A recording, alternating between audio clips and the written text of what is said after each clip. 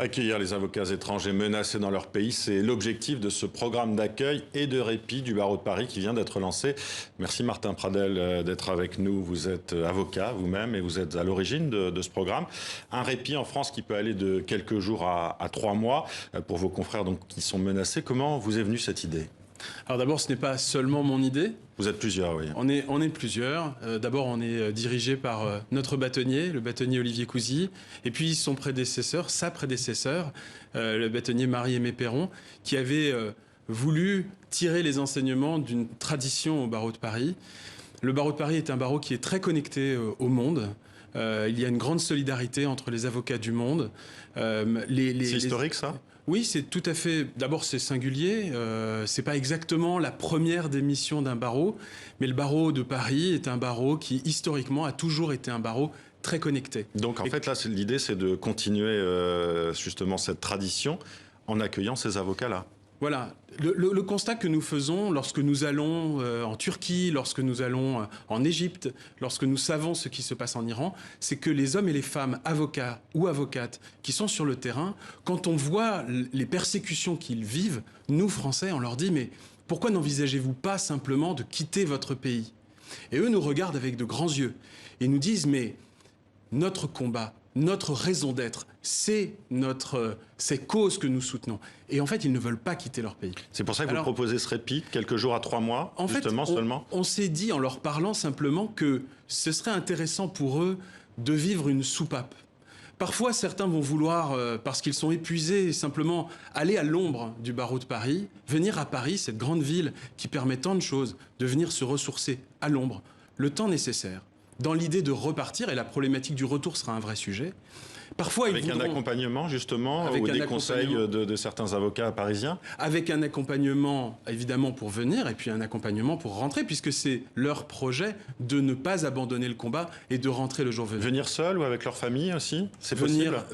Ça peut vouloir dire venir seul, ça peut vouloir dire avec leur famille. En fait, on voudrait faire du sur-mesure, parce qu'il n'y a pas de situation standard. On n'est pas dans une position où on veut aider à l'asile. On veut les aider soit à être à l'ombre, soit peut-être à s'exprimer différemment, en rencontrant des universitaires, des diplomates, des journalistes qui pourraient s'intéresser aux causes qu'ils soutiennent. Alors avec les journalistes, la profession d'avocat est une des plus menacées au monde, notamment dans les régimes où la liberté d'expression est régulièrement bafouée. Est-ce qu'on a des chiffres sur ces menaces, justement ? On a peu de chiffres sur les menaces. Parce que c'est vrai que souvent les avocats sont des personnalités médiatiques et en définitive les menaces elles sont d'ailleurs protéiformes. Il y a des pays dans lesquels on emprisonne sans aucun état d'âme les avocats. Je pense à l'Égypte, je pense à l'Arabie Saoudite, je pense à l'Iran, je pense à la Turquie. Puis il y a des pays dans lesquels les persécutions sont beaucoup plus insidieuses. On va aller contrôler fiscalement l'avocat, on va aller tourmenter sa fille qui cherche à s'inscrire à l'université. Et en définitive, ces persécutions, elles n'ont pas une seule façon de s'exprimer. Oui, il y a les pays occidentaux, normalement, où les droits humains sont respectés, où la liberté d'expression est aussi normalement respectée. Je pense à Bernard Collery, je ne sais pas si vous connaissez cette histoire, cet avocat australien qui a défendu un lanceur d'alerte, qui a ensuite été accusé de trahison. Il faut aussi du soutien pour ces avocats-là, non ? D'abord, bien sûr. Et je pense qu'il faut que je revienne un instant sur ce que vous venez de dire. L'Australie est un pays occidental. Bien sûr. Aux États-Unis, il y a des avocats qui sont tourmentés. Stephen Donziger, il y a récemment. Exactement. Et il a porté une cause importante. La défense des droits des indigènes en Équateur, notamment contre Chevron. Ouais. Exactement. Et c'est vrai qu'il se trouve confronté à des intérêts économiques colossaux, et même dans de grandes démocraties comme les États-Unis, comme l'Australie, mais aussi certains pays d'Europe. Et on pense à la Pologne. Il y a des besoins. Qui peut être candidat ? Vous les contactez vous-même, ces avocats, ou ils peuvent vous contacter ? On est sur TV5 Monde, justement. Ils peuvent être entendus aujourd'hui. D'abord, ils peuvent être entendus. Les avocats ils peuvent entendre ce que nous allons dire. Voilà. Les avocats d'abord, on a une bonne idée de qui pourrait vouloir. Mais on ne veut pas trop en parler. Simplement parce qu'on ne veut pas menacer le projet que nous aurions de les faire venir.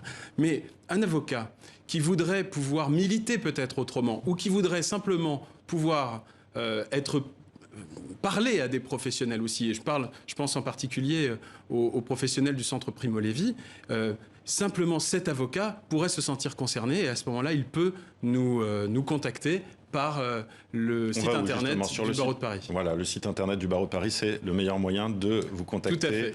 À présent. Écoutez, merci Martin Pradel d'avoir été avec nous. Pour le moment, vous n'avez pas encore accueilli d'avocat, je crois. Pour le moment, non. Ça vient juste d'être lancé. Exactement. Merci à vous d'avoir été avec nous sur le plateau de TV5 Monde.